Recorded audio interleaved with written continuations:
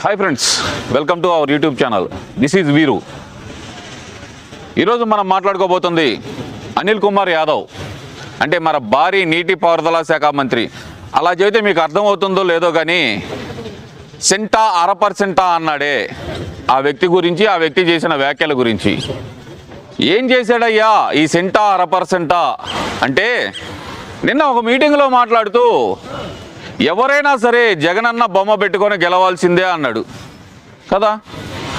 ఎవరైనా సరే జగనన్న బొమ్మ పెట్టుకొని గెలవాల్సిందే కదా, ఓకే ఒప్పుకుందాం. మరి ఆయన బొమ్మ పెట్టుకొని గెలిచేటప్పుడు ఎమ్మెల్యేలు ఎంపీలను క్యాండిడేట్లను ఎందుకు మారుతున్నారు? దానికి ఏమన్నా సమాధానం ఉందా? సెంటా 1% మంత్రి, అది మాజీ మంత్రి. దీనికి ఏదన్నా సమాధానం చెప్పగలిగితే కనుక నువ్వు మాట్లాడుకుందాం. జగనన్న బొమ్మ పెట్టుకొనే గెలుస్తారు అని నువ్వు మాట్లాడుతున్నావు కదా, బాగానే ఉంది, చాలా బ్రహ్మాండంగా ఉంది. ఎవరికి వాళ్ళు సొంత ఇమేజ్ ఉండిద్ది, ఎవరికి వాళ్ళకు ఒక వర్గం ఉంటుంది.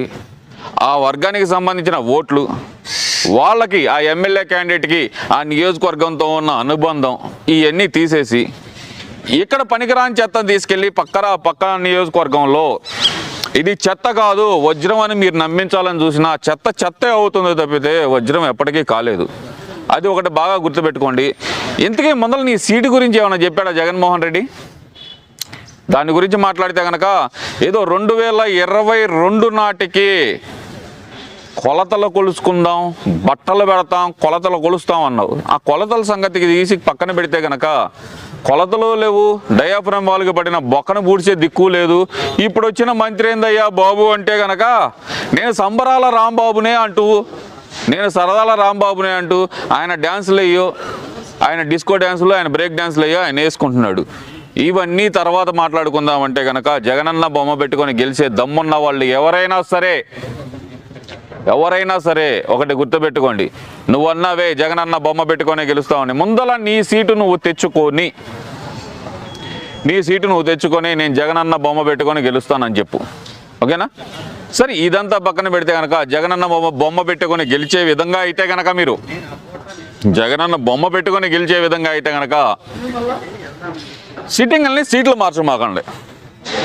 ఈ ఛాలెంజ్కి మీకు ఇష్టమా? ప్రతిపక్షాల గుంపు అంటూ తెగ మాట్లాడేస్తున్నారు. సరే, ఇదొక సమస్య అయితే కనుక నిన్నటి నుంచి ఆమె వైఎస్ షర్మిల కాదు, షర్మిలా శాస్త్రి అంటూ కొంతమంది ప్రబుద్ధులు, ముఖ్యంగా చూస్తే కనుక ఆ కుక్కల డాక్టర్ ఒకడు ఉన్నాడు, పశువుల డాక్టర్, అమెరికాలో ఉన్న పశువుల డాక్టర్ పంచి ప్రభాకర్. పవన్ కళ్యాణ్ని శోభనానికి కూడా పిలిచేటట్టుంది షర్మిల అంటూ ఆయన చేసిన వ్యాఖ్యలు.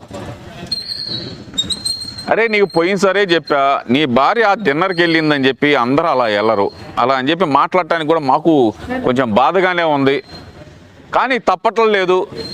మహిళల గురించి మాట్లాడేటప్పుడు నోరు అదుపులో పెట్టుకో. ఆమె వైఎస్ కుమార్తె. ఏంటి? వైఎస్ కుమార్తె. మేము మహిళలను గౌరవించే విధంగా మాట్లాడతాం కాబట్టి చాలా పద్ధతిగా చెబుతున్నాము.